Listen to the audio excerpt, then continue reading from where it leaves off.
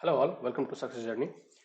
आज के इस वीडियो में हम लोग देखने वाले हैं बीपीएससी ए एडवर्टाइजमेंट नंबर 1 2019 का paper 5, that means civil engineering का पेपर 1। इससे पहले मैंने paper 4 that means general engineering का पेपर का पूरा सॉल्यूशन अपलोड कर दिया था, आप लोग वो जाकर देख सकते हैं। इस वीडियो में हम लोग डिस्कस करेंगे पेपर 5 का सॉल्यूशन, देखेंगे क्वेश्चन को कैसे टैकल करना था। कुछ क्वेश्चन ऐसे थे, मतलब मेरे हिसाब से अगर पेपर का लेवल पूछा जाए तो मॉडरेट था, ना क्वेश्चन बहुत ईजी था ना क्वेश्चन बहुत ही टफ था, बट अगर देखा जाए कि नेगेटिव मार्किंग नहीं था उस हिसाब से अच्छा था। ठीक है, पेपर करने लायक था, अगर कोई प्रिपरेशन करता है तो उसके लिए पेपर ओके ओके था, paper can be doable. Okay, चलते हैं देखते हैं पेपर को कैसे कैसे क्वेश्चंस आए हैं और किस तरह से हमें टैकल करना है। पहला क्वेश्चन है, a single rolling load of 8 kilo newton rolls along a girder of 15 metre span.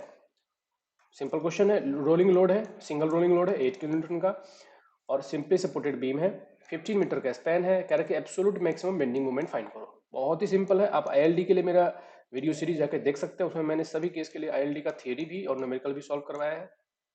तो जिसको डाउट है आईएलडी के कंसेप्ट में, आप वहां पे जाके देख सकते हैं। देखिए चलिए, सिंपली सपोर्टेड बीम है, 8 किलो न्यूटन का लोड है, तो मैक्सिमम बेंडिंग मोमेंट कब जनरेट होगा, या फिर एब्सोल्यूट मतलब किसी भी लोकेशन पे, वो लोकेशन कौन सी है लोड की जिसमें बीम में कहीं भी हो तो मैक्सिमम बेंडिंग मोमेंट जनरेट करे। तो सिंपली सपोर्टेड बीम के केस में हम जानते हैं कि सिंपली जब सेंटर में होगा लोड, पॉइंट लोड, उस समय मैक्सिमम बेंडिंग मोमेंट जनरेट होता है।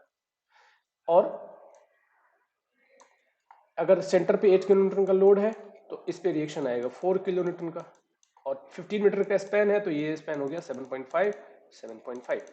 तो आप सिंपली सेंटर पे मैक्सिमम बेंडिंग मोमेंट निकाल सकते हैं। तो बेंडिंग मोमेंट की वैल्यू क्या होगी, लोड इंटू परपेंडिकुलर डिस्टेंस, तो 4 इंटू 7.5, यह आ जाएगा 30 किलो न्यूटन पर मीटर। और अगर मैक्सिमम शियर फोर्स पूछता तो 4 किलो न्यूटन, कहाँ पे, कॉर्नर पे। नेक्स्ट चलते हैं, विच of the following is not the displacement method. देखिए क्वेश्चन ये बहुत फ्रिक्वेंटली पूछा जाता है कि फोर्स मेथड और डिस्प्लेसमेंट मेथड में कौन कौन से मेथड्स आते हैं। तो एक बार मैं आपको एक पिक्चर दिखाता हूं जिससे आपको सब कुछ क्लियर हो जाएगा। देखिए ये है मेथड्स, जनरली स्ट्रक्चर को एनालाइज करने के लिए, खास करके डिटरमिनेट स्ट्रक्चर को, कोई भी इक्वेशन की जरूरत हमें नहीं पड़ती है। एडिशनली सिर्फ इक्विलिब्रियम इक्वेशन से काम चल जाता है, मतलब 3 इक्वेशन ऑफ स्टैटिक इक्विलिब्रियम जो है, F X is equal to zero, sigma F Y is equal to zero, sigma M X is equal to zero, इससे काम बन जाता है हमारा अगर स्टैटिक डिटरमिनेट स्ट्रक्चर है तो। लेकिन अगर स्ट्रक्चर इनडिटरमिनेट है, डिग्री ऑफ इनडिटरमिनेसी, स्टैटिक इनडिटरमिनेसी अगर जीरो से ज्यादा है, मतलब कुछ भी है जीरो से ग्रेटर देन, उस केस में हमें एक अलग मेथड की जरूरत पड़ती है। ठीक है, अब जो मेथड्स हैं उसको कुल मिला के दो भागों में डिवाइड किया गया है यहाँ पे। एक है फोर्स मेथड के नाम से जाना जाता है, दूसरा है displacement method. But force method को हम और भी किसी कई नामों से जानते हैं, सिमिलरली डिस्प्लेसमेंट मेथड को भी हम कई और नाम से जानते हैं। नाम कौन कौन सा है, फोर्स मेथड को फ्लेक्सिबिलिटी मेथड भी कहते हैं, कॉम्पेटिबिलिटी मेथड भी कहते हैं, डिस्प्लेसमेंट मेथड को स्टिफनेस मेथड भी कहते हैं और इक्विलिब्रियम मेथड भी कहते हैं। तो अब याद रखिए। अच्छा, दोनों मेथड का यूज का कंडीशन क्या है, अगर स्टैटिक इनडिटरमिनेसी ज्यादा हो काइनेमेटिक इनडिटरमिनेसी से, मतलब डिग्री ऑफ स्टैटिक इनडिटरमिनेसी ज्यादा हो काइनेमेटिक इनडिटरमिनेसी से, उस केस में हम यूज करेंगे डिस्प्लेसमेंट मेथड।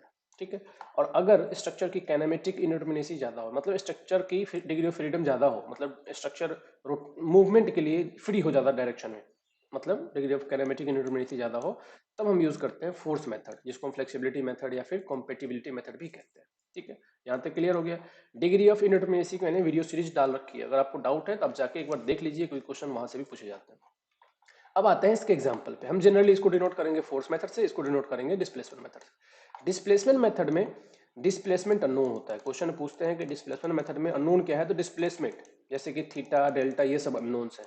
ठीक है, और फोर्स मेथड में फोर्स अननोन होता है, पी, रिएक्शन, लोड, रिएक्शन, ये सब अननोन्स होते हैं। अब इसके एग्जांपल्स कौन कौन से हैं, slope deflection method, moment distribution method, minimum potential energy method, Kani's method, ये सब क्या है, डिस्प्लेसमेंट मेथड है।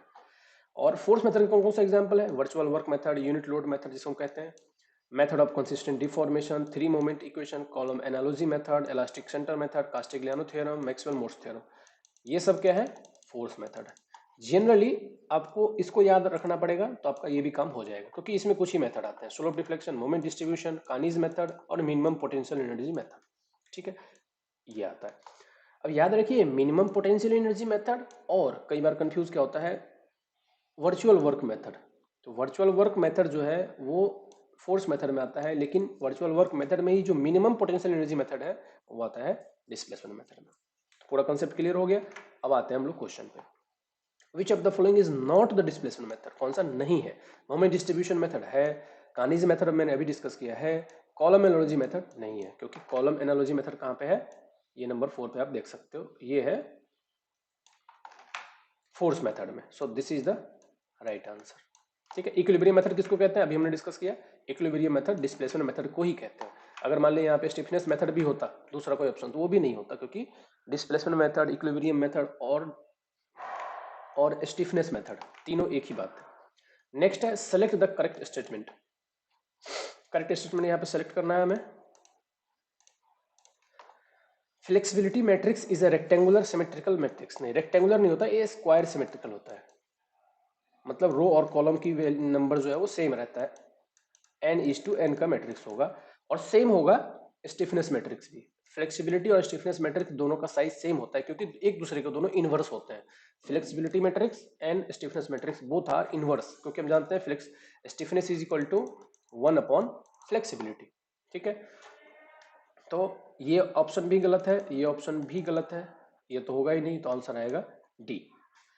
तीसरा देखते हैं, next fourth question. To generate jth column of the flexibility matrix. कोई भी जेथ कॉलम है फ्लेक्सिबिलिटी मैट्रिक्स का, उसको कैसे हम जनरेट करते हैं?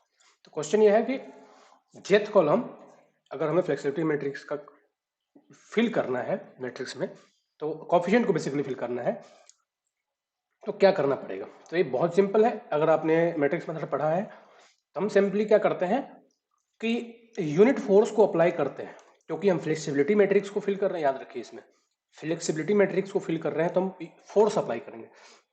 डेफिनेशन क्या होता है? फोर्स, कितना डिफॉर्मेशन आ रहा है यूनिट फोर्स के अंदर।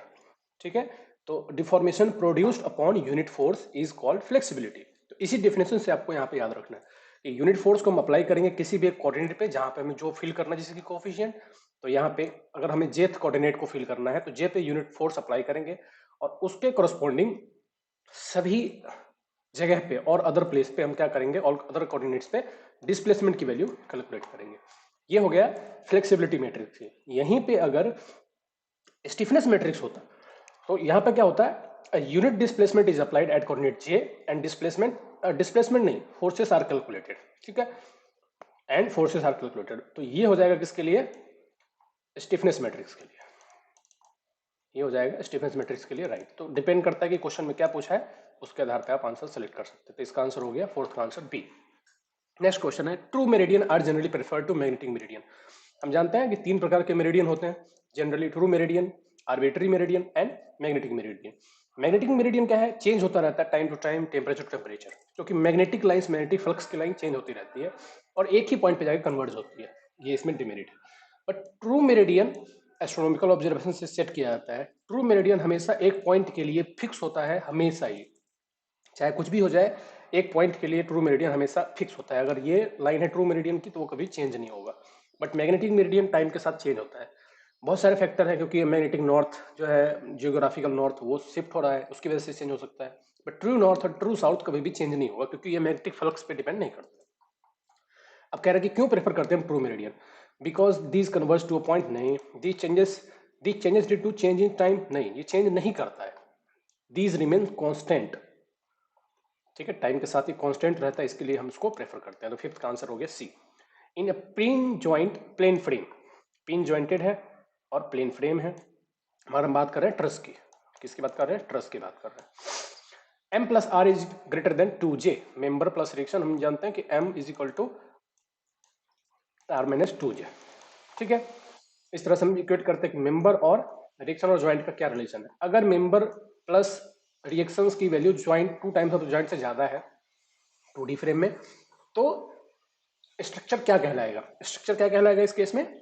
स्टेबल तो है ही। अगर ये ग्रेटर देन है तो स्टेबल तो है ही। अगर ये लेस देन होता तो अनस्टेबल होता, क्योंकि मेंबर की वैल्यू कम है, मतलब कहीं ना कहीं मेंबर मिसिंग है। डिफिशिएंट ट्रस बोलते हैं उसको, डिफिशिएंट ट्रस।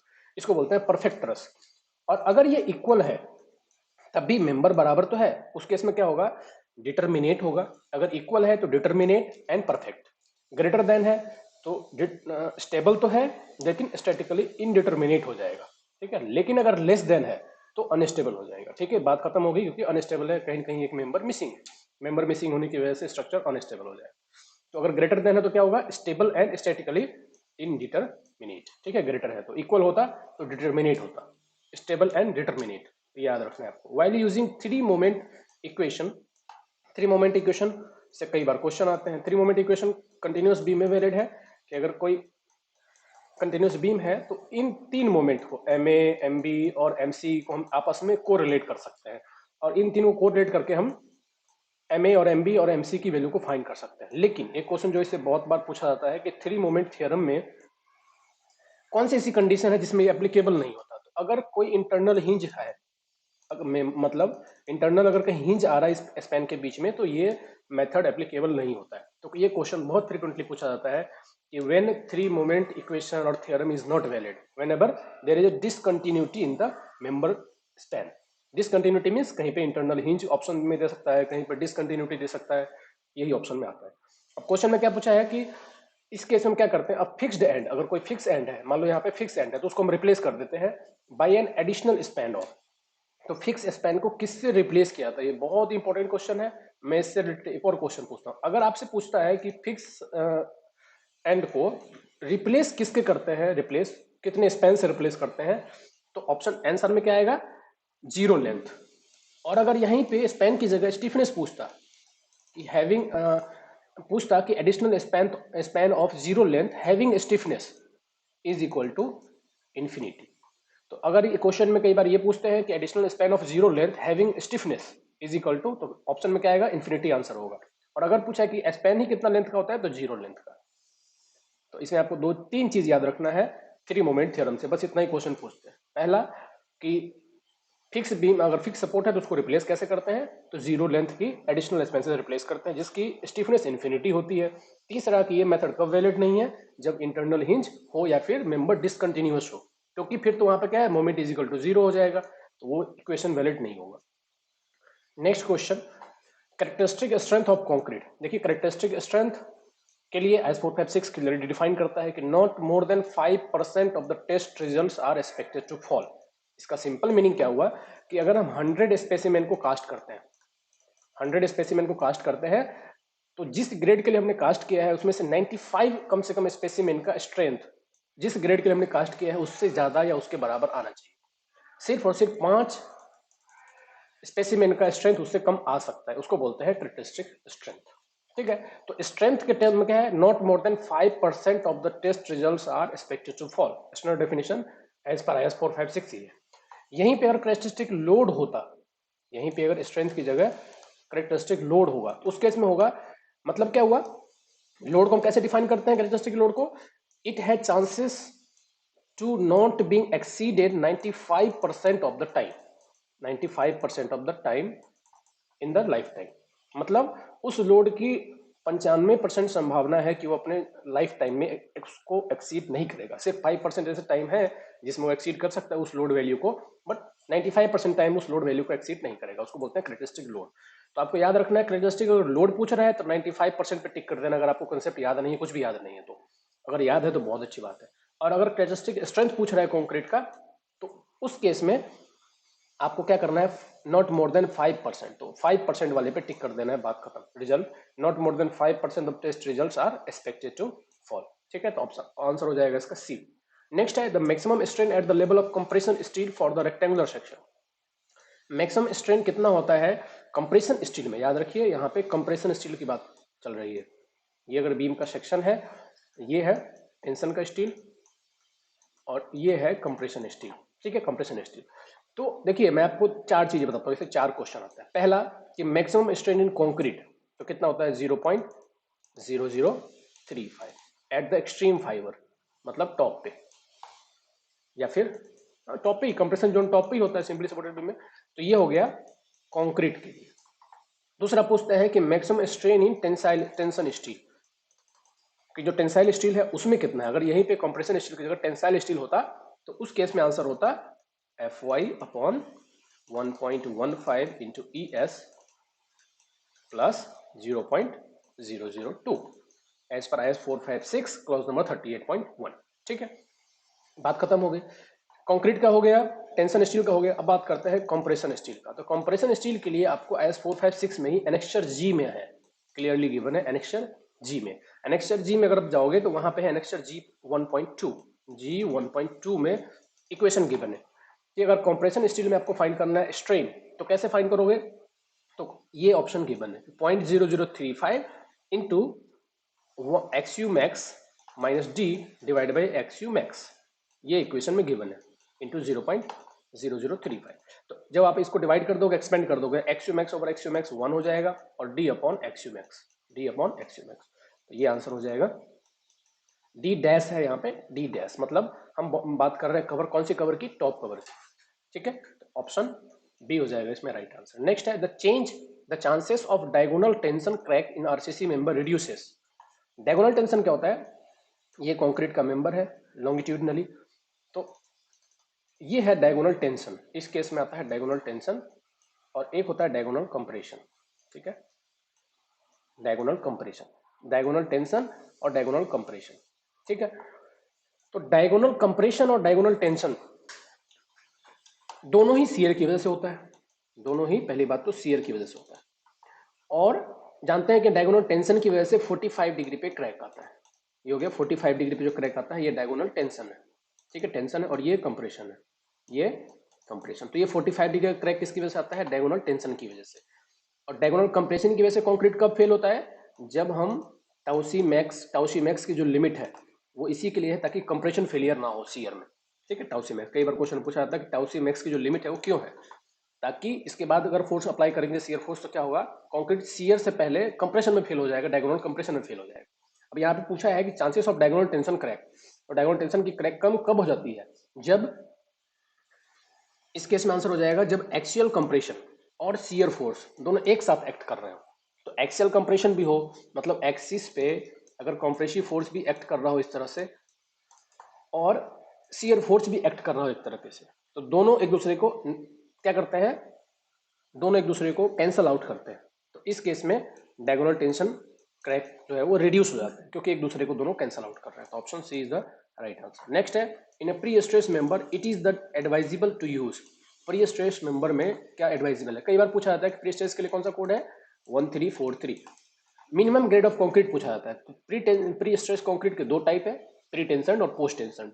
तो प्री टेंशन के लिए M40 और पोस्ट टेंशन के लिए ये हो गया प्री टेंशन के लिए। ठीक है, और पोस्ट टेंशन के लिए M30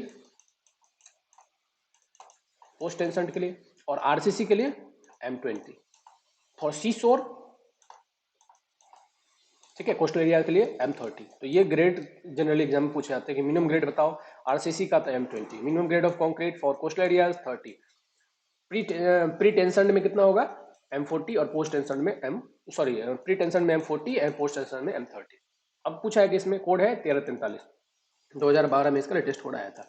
in pre tension pre stress member it is advisable to use, दोनों ही हम हाई स्ट्रेंथ का यूज करते हैं, high strength concrete and high strength steel. जो इसमें स्ट्रैंड होते हैं वो काफी हाई स्ट्रेंथ के, 1200 मेगा पास्कल, 1500 मेगा पास्कल इतना होता है। जनरली हम जो नॉर्मल यूज करते हैं वो कितना होता है? Fe250, Fe415, Fe500 ये सब यूज करते हैं। बट प्री स्ट्रेस कंक्रीट में 1000 mega pascal, 1200 mega pascal, 1500 mega pascal, 2000 mega pascal, इस रेंज का हाई स्ट्रेंथ स्टील यूज करते हैं। ठीक है, तो ऑप्शन हो जाएगा बी। और कंक्रीट का ग्रेड भी आपने देखा होगा कि मिनिमम ग्रेड यहाँ पे 30-40।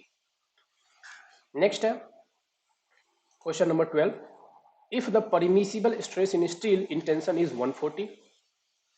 परमिसिबल स्ट्रेस दे रखा है 140। अब ये देखिए बहुत ओल्ड क्वेश्चन है, ये वर्किंग स्ट्रेस मेथड क्वेश्चन है, जबकि IS 456 2000 को आए हुए भी 22 साल हो गए, फिर भी पुराने मेथड से ही पूछते हैं, वर्किंग स्ट्रेस मेथड से ही। चलिए देखते हैं। परमिसिबल स्ट्रेस पूछ रहा है स्टील में, दिया हुआ है टेंशन में 140 न्यूटन, मतलब ये Fe250 की बात कर रहा है, Fe250। Then depth of neutral axis for a singly reinforced rectangular balance section. अब balance section means XU max की वैल्यू पूछ रहा है, SU मैक्स। तो XU मैक्स यही अगर लिमिट स्टेट मेथड से होता तो हम सिंपली Fe की वैल्यू से हम फाइंड कर सकते थे। Fe250 के लिए क्या है? 0.53 इंटू डी, सिंपल बट यहाँ पे ऑप्शन नहीं है, अब क्योंकि ये वर्किंग स्ट्रेस मेथड से पूछा है। तो वर्किंग स्ट्रेस मेथड से फाइंड करने का तरीका क्या है, एक्स यू मैक्स और is equal to 280 upon 280 plus 3 sigma CBC, और 3 सिग्मा सीबीसी की वैल्यू यहाँ पे 140 गिवन है। तो आप यहाँ पे आप इसको सॉल्व कर सकते हो, 280 अपॉन 280 प्लस 3 इंटू 140, यहाँ से आंसर आएगा 0.4D। तो ये 0.4D हो गया वर्किंग स्ट्रेस मेथड से, और 0.53D हो गया लिमिटेड स्ट्रेस मेथड से।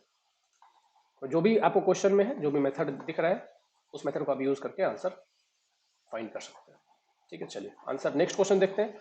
इसका आंसर हो गया answer C, 0.40D।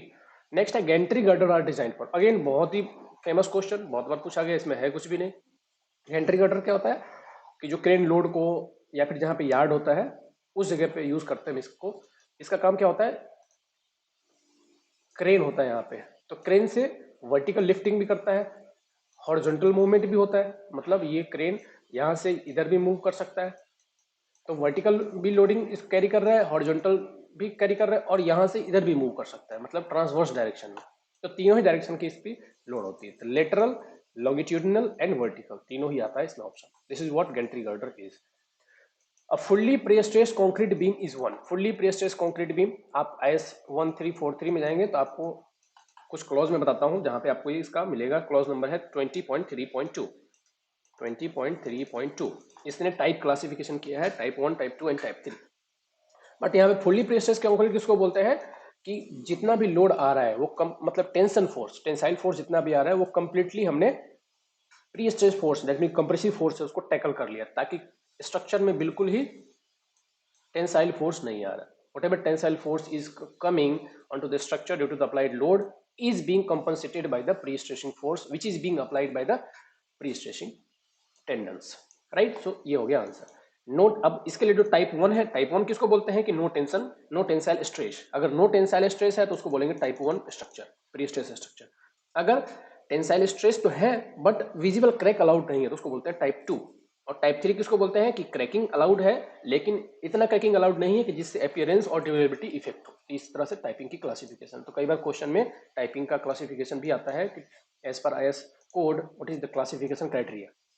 Next question है one of the main characteristic influencing, one of the main characteristic influencing dash of concrete is its permeability.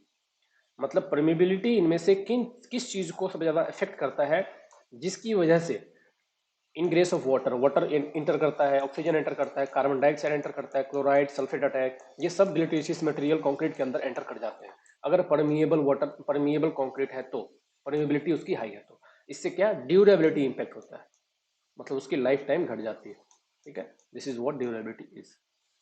Next है unless otherwise specified by the engineer in charge the reinforcement shall be placed within which of the following tolerance. क्या पूछा है इसमें कि concrete है, अब ये IS 456 में डायरेक्टली गिवन है, मैं आपको बताता हूं। अगर यहां पे स्टील प्लेस करनी है, स्टील की प्लेसमेंट लोकेशन ये है, मतलब यहां से इफेक्टिव डेप्थ मान लेते हैं कि 200 mm पे प्लेस करनी है और कवर है बीम में 25 mm। ठीक है, यहां से कवर है 25 mm और ये बार का सेंटर है, तो बार के सेंटर से ऊपर की डिस्टेंस है 25 mm और बार के बॉटम से बॉटम की डिस्टेंस है 25 mm। तो कह रहे हैं कि इसकी लोकेशन, ये अपनी लोकेशन से कितना शिफ्ट हो सकता है, ठीक है, ऊपर नीचे, तो वो ये पूछ रहा है। तो एज पर IS 456 अगर हम क्लॉज नंबर की बात करें तो क्लॉज नंबर है 12.3.1, 12.3.1 में आपको टॉलरेंस की वैल्यू गिवन है। तो इसमें क्या है, दो क्लॉज है। अगर कह रहे हैं कि डेप्थ, जो डेप्थ है ये D की वैल्यू है, अगर less than equal to 200 mm है तो प्लस माइनस 10 mm ऊपर नीचे हो सकता है। ठीक है, अगर डेप्थ 200 तक है तो ये प्लस माइनस ऊपर नीचे 10 mm तक खिसक सकता है, ओके है। लेकिन अगर डेप्थ 200 से ज्यादा है तो ये प्लस माइनस 15 mm तक चेंज हो सकता है, मतलब प्लस माइनस 15 mm ऊपर नीचे तक चलेगा। ठीक है, इतना टॉलरेंस अलाउड है। तो फॉर इफेक्टिव डेप्थ 200 और लेस 10 mm ये राइट है। For effective depth more than 200 10 mm नहीं, ये 15 mm है। ठीक है, तो आंसर हो जाएगा 16 का ए। और सिमिलरली कवर के लिए क्या टॉलरेंस वैल्यू है, कवर के लिए माइनस के लिए कुछ भी नहीं है, जितना कवर है मिनिमम उतना तो होना ही चाहिए, मैक्सिमम के लिए टॉलरेंस है 10 mm, मतलब किसी में रिक्वायरमेंट है अगर 15 mm कवर की तो हम 25 mm तक जा सकते हैं, बट 15 की जगह हम 10 नहीं कर सकते। तो कवर की टॉलरेंस वैल्यू है 10 mm, और ये हो गया रेनफोर्समेंट का टॉलरेंस वैल्यू, रेनफोर्समेंट की लोकेशन का टॉलरेंस वैल्यू। तो ये गलत है, यहाँ पे 15 है, ये सही है, तो ऑप्शन ए हो जाएगा राइट आंसर। नेक्स्ट है वेट ऑफ स्टील रॉड। बहुत इजी क्वेश्चन है, जो साइट पे वर्क करते हैं उनको पता होगा। हम अगर वेट निकालना चाहते हैं स्टील का तो एक सिंपल सा फॉर्मूला है डी स्क्वायर बाई 162.28, ठीक है, डी स्क्वायर बाई 162.28, और यहाँ पे डी क्या है, diameter of steel rod in mm, ठीक है। तो ये डी स्क्वायर बाई 162 है, ठीक है, डी स्क्वायर बाई 162.28, तो आंसर हो जाएगा इसमें ए, ठीक है। नेक्स्ट चलते हैं, as per the provision of IS 456/2000 the modulus of elasticity, E की वैल्यू कैसे फाइंड करते हैं, 5000 into under root F C K. तो 5000 into under root F C K कितना है, एफ सी के 25 है तो 5, ये हो जाएगा 2500। और फ्लेक्सुरल स्ट्रेंथ पूछता तो 0.7 into under root F C K, अगर फ्लेक्सुरल स्ट्रेंथ पूछ रहा है तो 0.7 into under root F C K निकालते हैं। नेक्स्ट है the dia of the main bar in RCC column. आप देखिए IS 456 के क्लॉज में दिया हुआ है क्लियरली, कौन से क्लॉज में है, 26.5.3.1 क्लॉज में, IS 456 में। तो कि आरसीसी कॉलम में मिनिमम, और इससे क्वेश्चन क्या क्या और पूछते हैं मैं वो भी बताता हूँ, कि मेन बार में मिनिमम डायमीटर कितना होना चाहिए, 12 mm, ठीक है, मिनिमम बार का डायमीटर होना चाहिए 12 mm। दूसरा क्या पूछते हैं कि अगर रेक्टेंगुलर कॉलम है तो मिनिमम नंबर ऑफ बार कितने होने चाहिए, 4, चारों कॉर्नर पे। और अगर सर्कुलर कॉलम है तो मिनिमम नंबर ऑफ बार कितने होने चाहिए, 6। तो ये पूछते हैं जनरल एग्जामिनेशन में कि minimum number of main reinforcement provided in case of rectangular column 4, circular column 6, minimum dia of the bar 12, maximum spacing of the main reinforcement 300 mm, minimum tensile, ये minimum longitudinal percentage of steel, तो minimum है 0.6%, sorry 0.8% minimum, and maximum है 6%, ठीक है। तो ये AST mean और AST max का परसेंटेज है, क्वेश्चन में भी पूछते हैं, कॉलम का खास करके बहुत बार पूछा जाता है। मिनिमम कितना है 0.8%, मैक्सिमम कितना है 6%, ठीक है, as per as 456। Next question पे चलते हैं, the state of pure shear is produced by, again very famous question, it has been asked in main examination multiple times, कि प्योर सीयर जनरेट करने के लिए क्या कंडीशन है। तो सिंपल है, अगर कोई स्ट्रक्चर है, अगर हम इसमें P फोर्स अप्लाई करते हैं, टेंसाइल फोर्स, और अपोजिट एक्सिस पे इक्वल कंप्रेसिव फोर्स अप्लाई कर देते हैं इक्वल, तो ये क्या जनरेट कर देगा, प्योर सीयर। क्योंकि सीयर की वैल्यू क्या होती है इन दोनों का, आप अगर मोर सर्कल ड्रॉ करते हो तो सीयर की वैल्यू क्या होती है, देखो, अगर कहीं भी भूल जाओ तो आप सिंपली यहाँ पे मोर सर्कल ड्रॉ कर लो, ये τ1 है, ये τ3 है। तो यहाँ पे जो मैक्सिमम शियर स्ट्रेस है वो ये वैल्यू होती है, ये वैल्यू, ठीक है, रेडियस की वैल्यू। तो ये वैल्यू किसके बराबर में है, इन दोनों के बीच में डिफरेंस के हाफ के, मतलब σ1 माइनस σ3/2। तो यहाँ पे σ1 माइनस σ3 करेंगे तो क्या होगा, यहाँ पे दोनों सेम नेचर के तो नहीं है, अलग अलग नेचर के, तो ये 0 हो जाएगा, ठीक है। तो इसकी वजह से जो शियर जनरेट होता है वो 0, मतलब ये एक पॉइंट में फॉर्म हो जाता है। तो प्योर शियर का केस का यही डेफिनेशन ही है कि Mohr circle converts to a point, pure shear का केस, ठीक है। तो इसमें क्या आएगा, tension in one direction and equal compression in perpendicular direction is the right answer. Next in case of retaining wall, retaining a surcharge, surcharge retain कर रहा है, ये रिटेनिंग वॉल है। तो कह रहा है कि बेस स्लैब की विड्थ कितनी होगी, तो बेस स्लैब की विड्थ हम रखते हैं इसमें 0.5 to 0.7 h के बराबर। तो यहाँ पे आंसर हो जाएगा 0.55 से लेके यहाँ पे आंसर हो जाएगा 0.7 टाइम्स ऑफ द हाइट। ऐसा कोई थंब रूल नहीं है, ये एज ए प्रैक्टिस हम यूज करते हैं, कहीं भी कोड में कहीं गिवन नहीं है ऐसा, बट हम एज ए थंब रूल हम यहाँ से इनिशिएट करते हैं आगे बढ़ने के लिए, ठीक है, अगर सरचार्ज लोडिंग है तो। नेक्स्ट है, if the thickness of a small in comparison to the length and width के कंपेरिजन में अगर थिकनेस स्मॉल है तो उस स्ट्रक्चर को क्या कहते हैं, जैसे कि प्लेट स्ट्रक्चर बोलते हैं इसको, प्लेट या फिर मेम्ब्रेन स्ट्रक्चर बोलते हैं, प्लेट या फिर मेम्ब्रेन, जैसे कि एग्जांपल के लिए स्लैब, ठीक है, स्ट्रिप फुटिंग, ये होता है टू डायमेंशनल एलिमेंट्स, जिसे हम मेम्ब्रेन, प्लेट, स्लैब सब कुछ बोल सकते हैं, क्योंकि इसकी थिकनेस कम होती है as compare to length and width. Next है इन हाइड्रोमीटर एनालिसिस। हाइड्रोमीटर किसके लिए यूज होता है? फाइन ग्रेन्ड सॉइल की साइज को फाइंड करने के लिए, और ये इनडायरेक्टली फाइंड करता है कैसे? By simply measuring the specific gravity at the given depth. Specific gravity measure करता है और उससे रिलेट करता है ये पार्टिकल की साइज को। तो ये फाइन ग्रेन सॉइल की साइज फाइंड करने के लिए हाइड्रोमीटर और पिपेट मेथड होता है। तो इसमें हम कुछ करेक्शन अप्लाई करते हैं। पहला करेक्शन होता है मेंसिकस करेक्शन। मेंसिकस करेक्शन, क्योंकि जो वाटर होता है वो ट्यूब में अगर आप देखोगे तो वो कुछ इस तरह से होता है, तो हम जो रीडिंग नोट करते हैं वो यहाँ से नोट कर लेते हैं, जबकि एक्चुअल रीडिंग होना चाहिए यहाँ से। तो ये रीडिंग हमें माइनस करना होता है, ठीक है। तो ये रीडिंग एरर है, इस रीडिंग को माइनस करते हैं, उसको बोलते हैं मेंसिकस करेक्शन। तो क्वेश्चन क्या है कि हाइड्रोमीटर एनालिसिस में कौन सा करेक्शन होता है और उसकी वैल्यू क्या होती है। तो पहला करेक्शन क्या हो गया? पहला करेक्शन हो गया मेंसिकस करेक्शन। ये करेक्शन हमेशा, तो मेंसिकस करेक्शन एरर हमेशा, एरर कैसा होता है? नेगेटिव, क्योंकि हम रीडिंग को बॉटम से मेजर करते हैं, इसकी रीडिंग स्टार्ट होती है 0 बॉटम से। तो एरर नेगेटिव, और याद रखिए करेक्शन हमेशा इसका होता है पॉजिटिव। तो मेंसिकस करेक्शन ऑलवेज पॉजिटिव। दूसरा करेक्शन होता है टेम्परेचर का। तो टेम्परेचर का करेक्शन पॉजिटिव नेगेटिव दोनों होता है। अब क्योंकि जो हाइड्रोमीटर है वो कैलिब्रेट होता है 27 डिग्री सेल्सियस पे, मतलब रूम टेम्परेचर के लिए। अगर टेम्परेचर जो हम मेजर कर रहे हैं जिस टाइम पे, उस टाइम टेम्परेचर अगर 27 से हायर है तो करेक्शन भी पॉजिटिव होगा, और टेम्परेचर इससे लोअर है तो करेक्शन भी निगेटिव होगा। तो ये सिंपल है, टेम्परेचर के साथ डायरेक्टली प्रोपोर्शनल है। Higher temperature higher the correction, मतलब positive correction, lower the temperature negative correction. तीसरा होता है डिस्पर्सिंग एजेंट का, क्योंकि हम जो इसमें जैसे सोडियम हेक्सामेटाफॉस्फेट यूज करते हैं, किसको? डिस्पर्सिंग एजेंट को, फॉक्यूलेम जो लंप्स हैं उसको ब्रेक करने के लिए, खासकर क्ले में। वो क्या करता है? स्पेसिफिक ग्रेविटी को इंक्रीज करने लगता है क्ले की, जिससे कि एरर आता है। तो उसको बोलते हैं डिस्पर्सिंग एजेंट करेक्शन।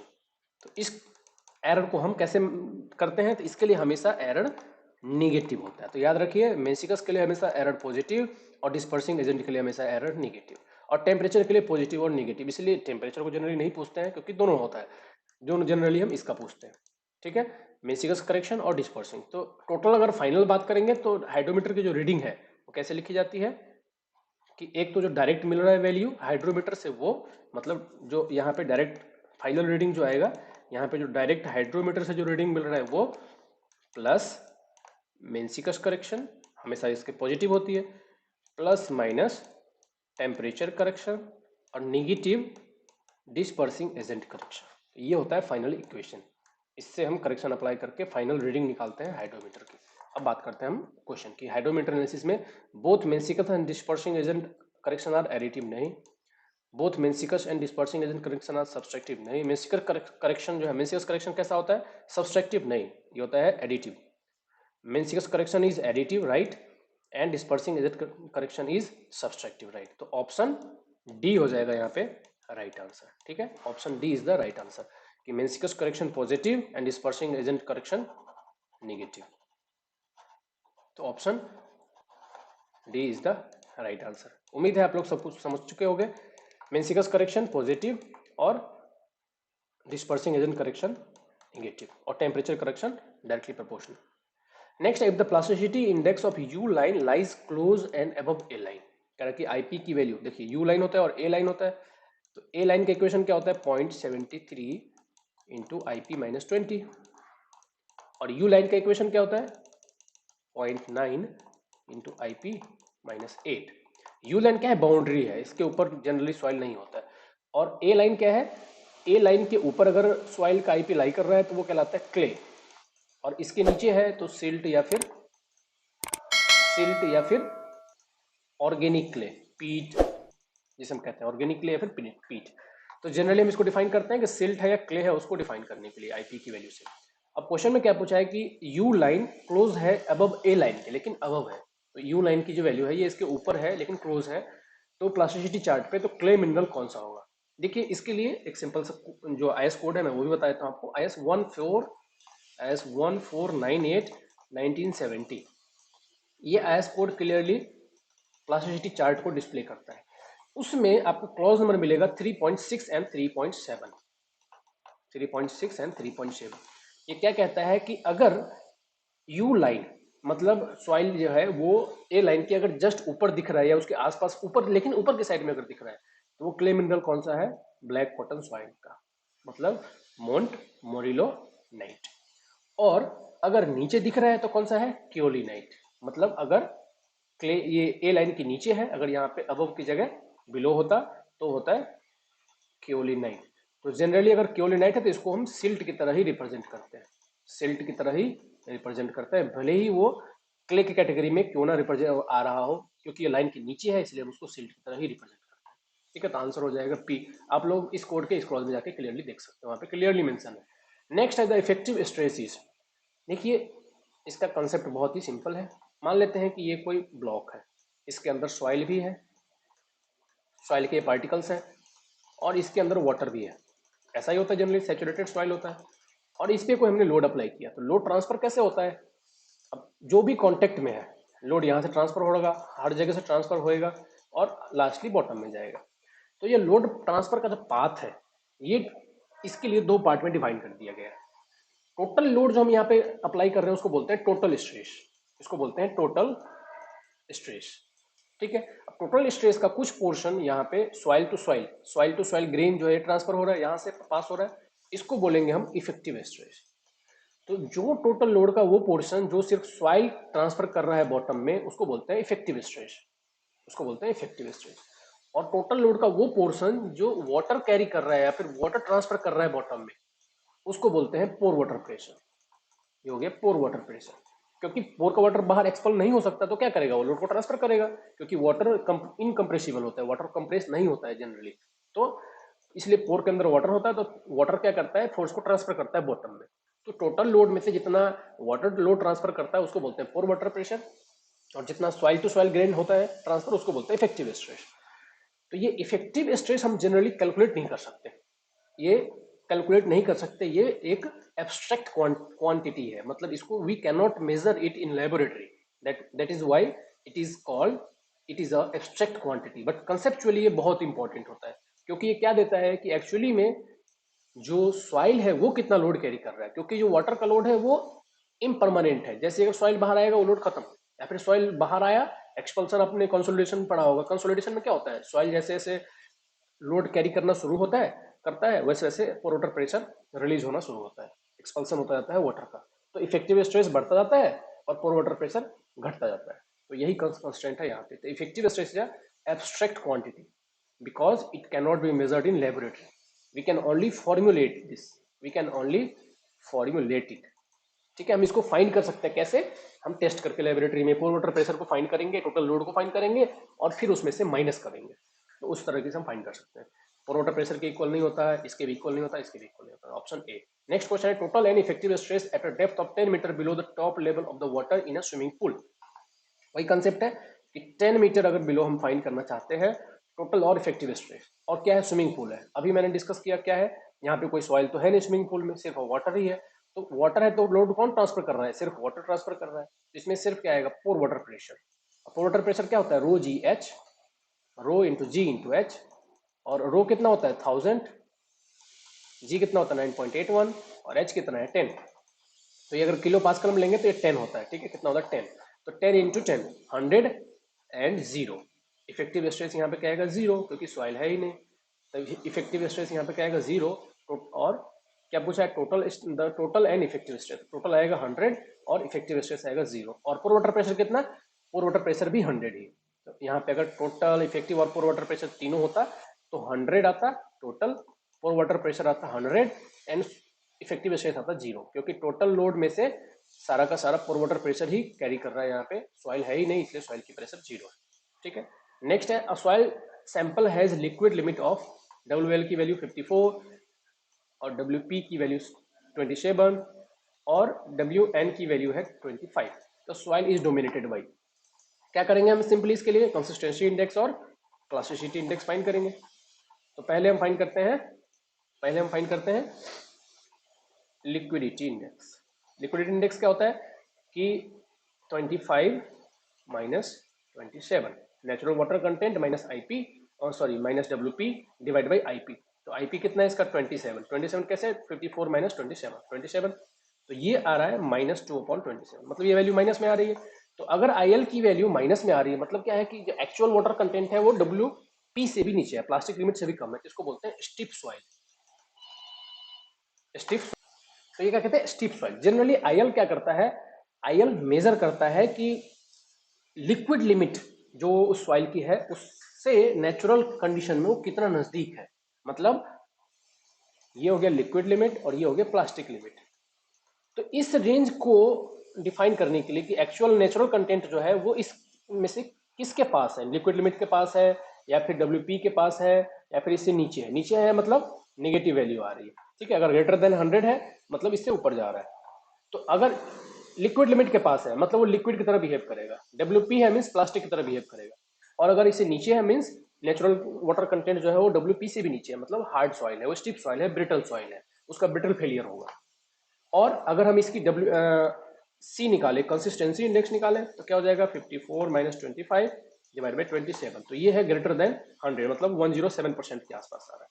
मतलब क्या हुआ कि कंसिस्टेंसी लिमिट भी इसकी 100% से ज्यादा आ रहा है। मतलब ये काफी स्टिफ सॉइल है, सेमी सॉलिड स्टेट में है और ब्रिटल है। इसका फेलियर कैसा होगा, ब्रिटल। दोनों ही रिजल्ट हमें वही बता रहे हैं, क्योंकि इसका जो नेचुरल वाटर कंटेंट है वो WP से नीचे है। तो ये कंडीशन कब अचीव होता है, ये कंडीशन कब अचीव होता है, तो ये ऑर्गेनिक मटेरियल नहीं, फाइन सैंड नहीं, सिल्ट नहीं, ये कंडीशन कब अचीव होगा, जब सॉइल क्लेली हो, मतलब सॉइल क्लेली हो। नेक्स्ट है क्रिटिकल हाइड्रोलिक ग्रेडियंट। कह रहा है कि जिसमें फॉर वाटर वो zero state of stress that would produce a quick sand condition. Quick sand condition के लिए इफेक्ट क्रिटिकल हाइड्रोलिक ग्रेडियंट पूछ रहा है। ICR के लिए क्या होता है फॉर्मूला, G-1/1 + E, जिसमें इफेक्टिव स्ट्रेस जीरो हो जाता है और टोटल प्रेशर जो है वो कैरी कौन करता है, पोर वाटर। तो G कितना है 2.7, तो 2.7 - 1 1 + 0.7, ये हो जाएगा 1.7 डिवाइड बाई 1.7। ये कितनी वैल्यू है, 1 के बराबर। तो आंसर हो जाएगा B। तो अगर ये क्रिटिकल हाइड्रोलिक ग्रेडियंट की वैल्यू 1 के बराबर हो जाए तो क्विक सैंड कंडीशन हो जाएगा, वहां पे लिक्विफेक्शन हो जाएगा, वहां पे इफेक्टिव स्ट्रेस जीरो हो जाएगा, मतलब सॉइल लोड कैरी करना छोड़ देगा और वो सॉइल जो है लिक्विड की तरह बिल्कुल बिहेव करेगा, जैसे हम लिक्विड पे लोड लगा रहे हैं, ठीक है। नेक्स्ट क्वेश्चन में चलते हैं, द सीपेज वेलोसिटी। बहुत इंपॉर्टेंट क्वेश्चन, बहुत कंफ्यूजिंग है लेकिन बहुत बार पूछा जाता है। देखिए मैं आपको शुरू से कहानी बताता हूँ, आपको सब समझ में आ जाएगा। डार्सी ने इक्वेशन दिया वेलोसिटी फाइंड करने के लिए सॉइल के अंदर, ठीक है। सॉइल के अंदर जो वाटर फ्लो होता है उसकी वेलोसिटी को फाइंड करने के लिए डार्सी ने फॉर्मूला दिया simply, V is directly proportional to I। V is velocity is directly proportional to hydraulic gradient. और इस प्रोपोर्शनैलिटी कांस्टेंट को हटाने के लिए एक टर्म इंट्रोड्यूस किया जिसे कहते हैं कोफिशिएंट ऑफ परमेबिलिटी, आप सभी जानते हैं। तो V is equal to K into I। अब यहाँ पे जो ये V था, ये कौन सा V था, डिस्चार्ज वेलोसिटी। डिस्चार्ज वेलोसिटी कि भाई वेलोसिटी जो है वो इतना बड़ा क्रॉस सेक्शनल एलिमेंट है, इसके अंदर सॉइल और वाटर दोनों है, इसके अंदर सॉइल और वाटर दोनों है। तो आप सिंपली वेलोसिटी कैसे फाइंड कर सकते हो, इस टोटल एरिया से आप डिवाइड करके टोटल एरिया को आप यूज करो। लेकिन ये होगा discharge velocity, but actually soil में से तो सॉइल के पोर्स में से वाटर पास होता है, सॉइल के थ्रू तो पास नहीं हो सकता। तो एक्चुअल वेलोसिटी ये मेजर नहीं करता, because it is considering this method और this theorem considering whole cross section. ये पानी पूरे क्रॉस सेक्शन से पास हो रहा है जो कि सही नहीं है। तो एक्चुअल वेलोसिटी को क्या कहते हैं, सीपेज वेलोसिटी। अब सीपेज वेलोसिटी मीन्स कि इसमें हमने क्या किया, सिर्फ वही एरिया कंसिडर किया है, मतलब पोर का एरिया कंसिडर किया है। जो पोर या वाइड्स हैं, वाइड वाइड्स एरिया सिर्फ कंसिडर किया है, और क्योंकि उसी के थ्रू सिर्फ वाटर पास हो रहा है, उसकी एरिया कंसिडर करके सीपेज वेलोसिटी फाइंड किया जाती है। तो एक चीज इसमें अब आते हैं क्वेश्चन पे क्या क्या पूछा जाता है।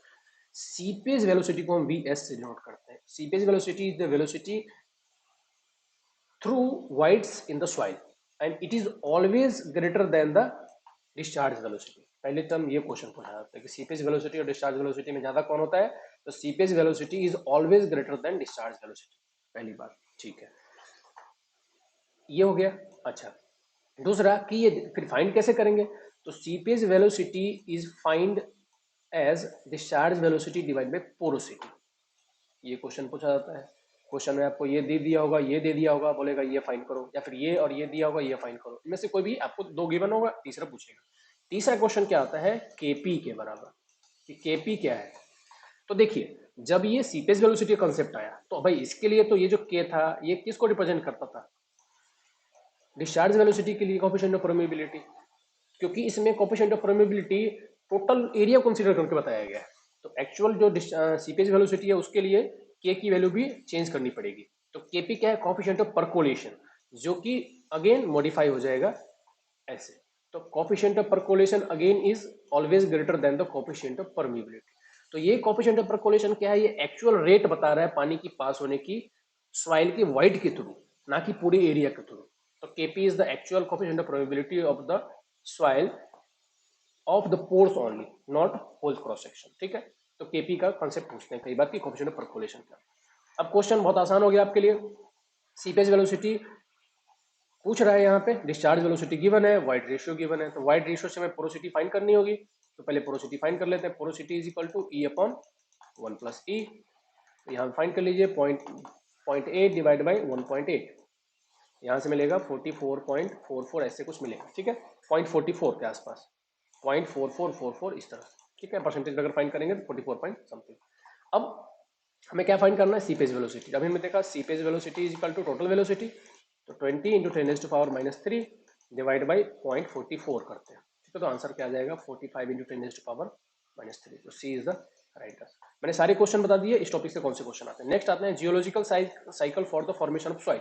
सॉइल कैसे फॉर्म होता है, तो सबसे पहले वेदरिंग होता है, केमिकल वेदरिंग, फिजिकल वेदरिंग, चाहे जो भी वेदरिंग हो, सबसे पहला काम क्या है, वेदरिंग होता है, फिजिकल एंड केमिकल एजेंसीज के थ्रू। उसके बाद क्या होता है, वेदरिंग होने के बाद ट्रांसपोर्ट होता है, विंड ट्रांसपोर्ट करता है, सॉइल एयर ट्रांसपोर्ट करता है, उसके बाद वाटर ट्रांसपोर्ट करता है, ग्रेविटी ट्रांसपोर्ट करता है, एंड उसके बाद क्या होता है, डिपोजिशन, एक जगह पे डिपोजिट होने लगता है। और लास्ट में क्या होता है, अपहील, मतलब एक बड़ा सा कोई एरिया, बड़ा सा एक मतलब क्या, एक जगह इकट्ठा होने लगता है काफी सारा, उसको बोलते हैं अपहील। तो डिपोजिशन का अगला फेज है अपहीलिंग। तो D is the right answer. Next है the law of shear strength for a dry sand specimen tested on direct shear test. Direct shear test क्या कहता है कि डायरेक्ट shear टेस्ट सी और फाई फाइंड करने का तरीका है। ठीक है, डायरेक्ट shear टेस्ट है। अब law means law of shear strength means Coulomb's law की बात कर रहे हैं। कूलम्ब्स लॉ क्या कहता है कि shear strength जो इक्वल होगा वो किसके, सी प्लस सिग्मा 10 फाई के बराबर में होता है, C plus sigma 10 phi. So shear strength is equal to cohesion plus normal stress into 10 phi के बराबर। अब यहाँ पे देखिए, अब चूंकि किसके लिए कह रहा है, ड्राई सैंड के लिए, तो सी की वैल्यू जीरो हो जाने वाली है। अब यहाँ पे shear strength की वैल्यू कितनी है, 100, एंड नॉर्मल स्ट्रेस कितना है, 200। अगर हम इसको डिवाइड करते हैं तो कितना होगा, ये हो जाएगा 0.5 टाइम्स। तो कितना है, 0.5 टाइम्स। ये हो जाएगा आंसर ए। ठीक है, नेक्स्ट देखते हैं the depth of tension zone near the surface of cohesive soil. बहुत ही इंपॉर्टेंट क्वेश्चन, बहुत बार कंफ्यूज करने के लिए पूछा जाता है। आपको मैं पूरी कहानी बताता हूँ बहुत ही शॉर्ट में।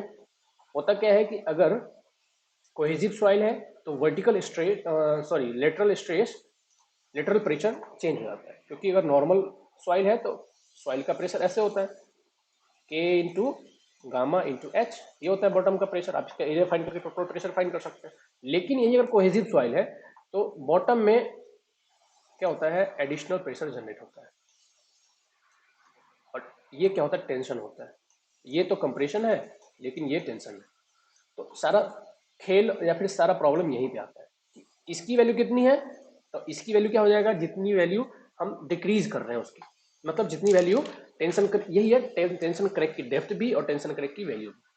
तो देखिए, ये जो प्रेशर की वैल्यू है ये किसके बराबर में होता है, 2c इंटू अंडर रूट के ए के बराबर। ठीक है, ये वैल्यू है 2c इंटू अंडर रूट के।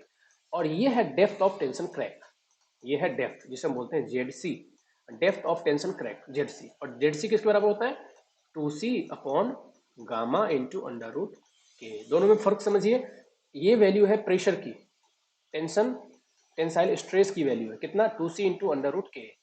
ठीक है, और अगर हम डेप्थ ऑफ टेंशन क्रैक की बात करें तो ये डेप्थ की को रिप्रेजेंट कर रहा है। ये कितने के बराबर है, 2c upon gamma into under root K.